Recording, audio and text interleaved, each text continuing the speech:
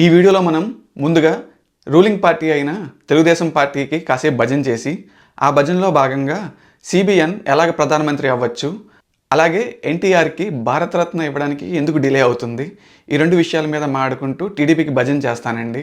దాని తర్వాత రాజమండ్రిలో ఇప్పుడు రాజకీయంగా ఉన్న సిచ్యువేషన్ ఏంటి, చాలామంది నా ఫాలోవర్స్ నా సబ్స్క్రైబర్స్ అడుగుతున్నట్టు నేను ఏ పార్టీ ఎమ్మెల్యే టికెట్ కోసం నేను ప్రయత్నిస్తున్నాను అన్నది కూడా ఈ వీడియోలో మాట్లాడుకుందాం.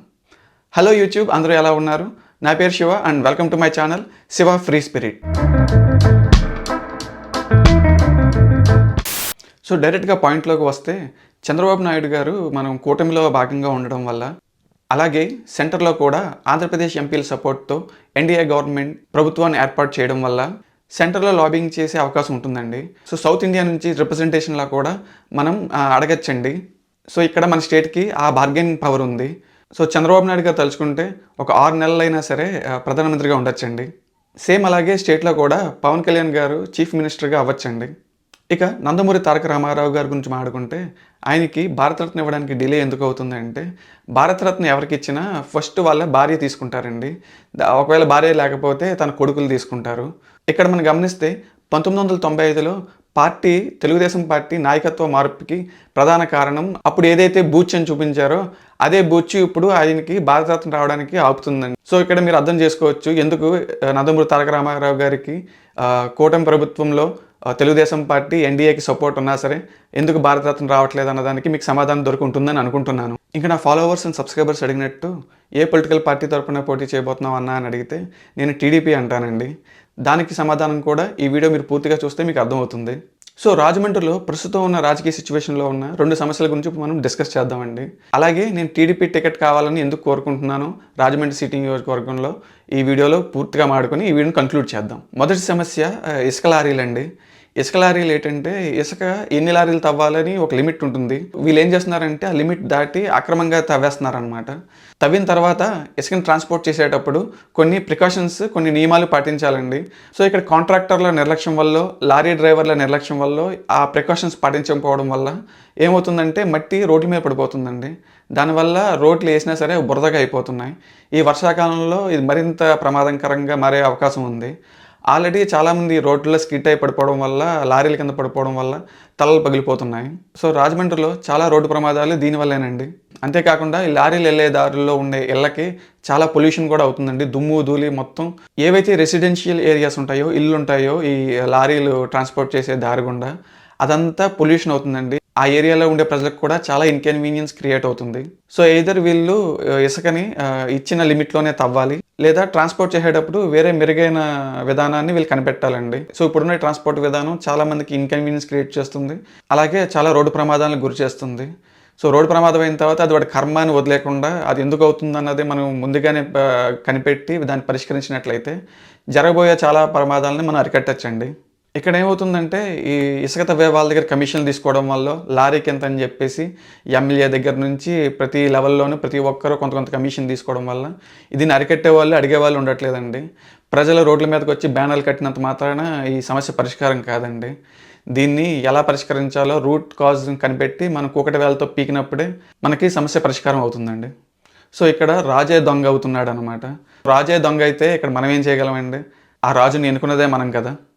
ఆల్రెడీ నేను ఒక వీడియో చేశానండి, who is God and where is God అని. అంటే దేవుడు ఎక్కడ ఉన్నాడు, దేవుడు ఎవరు అని. సో అందులో నేను చెప్పింది ఏంటంటే, మనం పరిపాలించేవాడే మన రాజు అని. అంటే మన రాజమండ్రి నియోజకవర్గానికి వరకు మన ఎమ్మెల్యే మన రాజు అండి. కానీ మా రాజు ఏం చేస్తున్నాడంటే, టైం దొరికినప్పుడల్లా ఆయన స్వామిమాల వేస్తున్నాడండి. అది ఆయన దైవభక్తి అయి ఉండొచ్చు. కానీ నేను పుట్టింది కాకినాడ, చదువుకుంది అమలాపురంలో, అండ్ ప్రస్తుతం నేను ఉంటున్నది, నా ఇల్లు ఉన్నది, అలాగే నా ఓటు ఉన్నది రాజమండ్రి సిటీ నియోజకవర్గం అండి.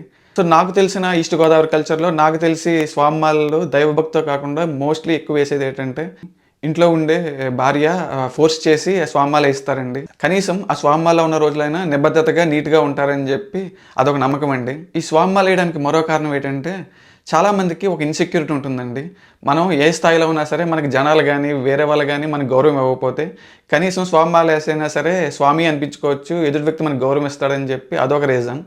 సో నేనైతే మన ఎమ్మెల్యే ఈ రెండింటి రీజన్ వల్ల స్వామిమాల వేశారని అనుకోను, కానీ ఆయన సంవత్సరంలో చాలా కాలం ఇలా దైవభక్తితోనే ఉంటారండి. ఇక్కడ దేవుడి గురించి మాట్లాడుకున్నాం కాబట్టి పాలించేవాడే కమిషన్స్కి కక్కుర్తిపడి గత ఎలక్షన్స్లో ఖర్చు పెట్టిన మనీని రాబెట్టుకోవడానికి దేవస్థానాలను వాడుకొని, అంటే రాజమండ్రి సిటీలో ఉన్న దేవస్థానాలను వాడుకొని వాటికి కొత్త కమిటీలు వేసి వేల మనుషుల్ని అక్కడ ట్రెజరీకి, అక్కడ హుండీలకి, అక్కడ ట్రస్టీ బోర్డుల్లో ప్రవేశపెట్టడం ద్వారా ఎలా విధంగా కరప్షన్ చేస్తున్నారన్నది మనం చూస్తున్నామండి. సో ఇక్కడ దేవస్థానాలను కూడా ఇప్పుడు వదలటం లేదు. కులాల పరంగా కమిటీలు ఉన్నాయి, మనకి కులాల పరంగా క్లబ్స్ ఉన్నాయి. అలాగే ఇప్పుడు దేవస్థానాల వైజ్గా కరప్షన్ స్టార్ట్ చేశారండి. మార్కెట్ యార్డ్, మున్సిపల్ ఆఫీస్ మరియు మనకి రుడాలో జరిగే కరప్షన్స్తో పాటు ఇప్పుడు కొత్తగా ఈ దేవస్థానం కూడా జనాల్ని డైరెక్ట్గా ఇన్వాల్వ్ చేసి ఈ కరప్షన్లో వాళ్ళని పార్ట్ చేస్తున్నారండి. దీనివల్ల ఏంటంటే ఈ ప్రజలు ఎవరైతే ఇన్వాల్వ్ అయ్యారో వాళ్ళు భయంతోనో భక్తితోనో వీళ్ళకి కంటిన్యూగా సపోర్ట్ చేస్తారని వీళ్ళ భావన. సో ఇవేనండి 2 విషయాలు. ఒకటి ఇసుక తవ్వకాలు, ఒకటి దేవస్థానం కమిటీలు వేసి అక్కడ కూడా కరప్షన్ స్టార్ట్ చేశారు. సో 2 విషయాలు మీ వరకు చేర్చానని అనుకుంటున్నాను. మరి ఇంత జరుగుతున్నా టీడీపీ సీటే ఎందుకు కావాలని అడుగుతున్నావు శివ అంటే, లోకల్ పాలిటిక్స్ వేరే ఉంటాయండి, హైకమాండ్ పాలిటిక్స్ వేరే ఉంటాయి. లోకల్గా నియోజకవర్గం లెవెల్లో జరిగే కరప్షన్ ఒకటి ఉంటుందండి, స్టేట్ లెవెల్ జరిగే కరప్షన్ ఒకటి ఉంటుంది. సో నేను ఎమ్మెల్యేగా పోటీ చేయాలనుకుంటున్నప్పుడు నా టార్గెట్ ఒకటి ఉన్నప్పుడు నా టార్గెట్ ఆడియన్స్ ఎవరు, నా టార్గెట్ సమస్యలు ఏంటి, నా టార్గెట్ మెయిన్ హెడ్ ఎవరు అన్నది నాకు వాళ్ళే ముఖ్యం. రాజమండ్రి సిటీ నియోజకవర్గంలో తెలుగుదేశం పార్టీకి బై డిఫాల్ట్ 80,000 ఓట్లు ఉంటాయండి. జనసేనకు వచ్చి 30,000 నుంచి 40,000 ఉన్నాయి. అండ్ అలాగే వైఎస్ఆర్సీపీకి వచ్చి 50,000 నుంచి 60,000 ఉంటాయి. సో ఇవి బై డిఫాల్ట్ ఓట్లు అండి. బట్ ఎవరైతే ఆ టైంలో ఎలక్షన్ టైంలో ఎవరి వైపు అయితే మొగ్గు చూపిస్తారో ఎక్కువ మంది వాళ్ళు విన్ అయ్యే అవకాశం ఉంటుందండి. అదర్వైజ్ మోస్ట్లీ టీడీపీనే బై డిఫాల్ట్ విన్ అయ్యే అవకాశం ఉంది. అందుకే నేను విన్ అవ్వాలనుకుంటున్నాను, మార్పు తేవాలని కోరుకుంటున్నాను. కాబట్టి నేను ఈ తెలుగుదేశం పార్టీలో టికెట్ కావాలని కోరుకుంటున్నానండి. ఇక్కడ కొంచెం స్మార్ట్గా ఆలోచిస్తే వైఎస్ఆర్సీపీ నుంచి టికెట్ పొందడం చాలా ఈజీ అండి. ఆల్రెడీ అక్కడ 2 పిల్లలు కొట్టుకుంటున్నాయండి. నాలాంటి కోతిల్లి ఇక్కడ జాయిన్ అయితే ఈ టికెట్ రావడం చాలా ఈజీ. ఇక్కడ మనం వైఎస్ఆర్సీపీ వైపు చూస్తే రియల్ ఎస్టేట్ ప్లాట్ఫామ్గా సొసైటీలో ఎదిగినటువంటి వ్యక్తి యొక్క కొడుకు ఒకవైపు, ఇక్కడ మరోవైపు చూస్తే తండ్రి గతంలో చేసిన పోరాటాలని ఇప్పటికీ సెలబ్రేట్ చేసుకుంటా, ఆ గతంలో జరిగిన విషయాల్ని ఇప్పటికీ ప్రాచుర్యం చేసుకుంటూ, ఊర్లో జరిగే గొడవల్ని, ఊర్లో జరిగే సమస్యల్ని పరిష్కరిస్తూ పొలిటికల్గా మరొక ఫ్యామిలీ ఒకవైపు అండి. సో ఇక్కడ వీళ్ళిద్దరూ ఒకే పార్టీలో ఉన్నా ఎప్పుడూ మీటింగ్లో కలిసి కనిపించరండి.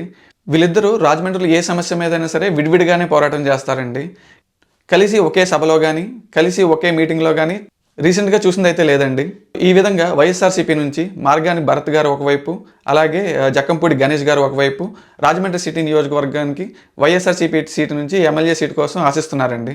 టైం బాగుండి హైకమాండ్ దాకా నా వీడియోస్ చేరి హైకమాండ్ నుంచి టికెట్ వస్తే మేబీ వైఎస్ఆర్సీపీ నుంచి కూడా నాకు టికెట్ రావచ్చండి. లేదంటే కూటమిలో భాగంగా గాజు గ్లాస్ తరపున కూడా పోటీ చేయొచ్చండి.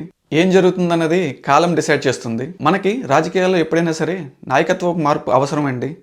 ఎందుకంటే ఏ నాయకుడైనా సరే అన్ని వర్గాలకి న్యాయం చేయలేడు.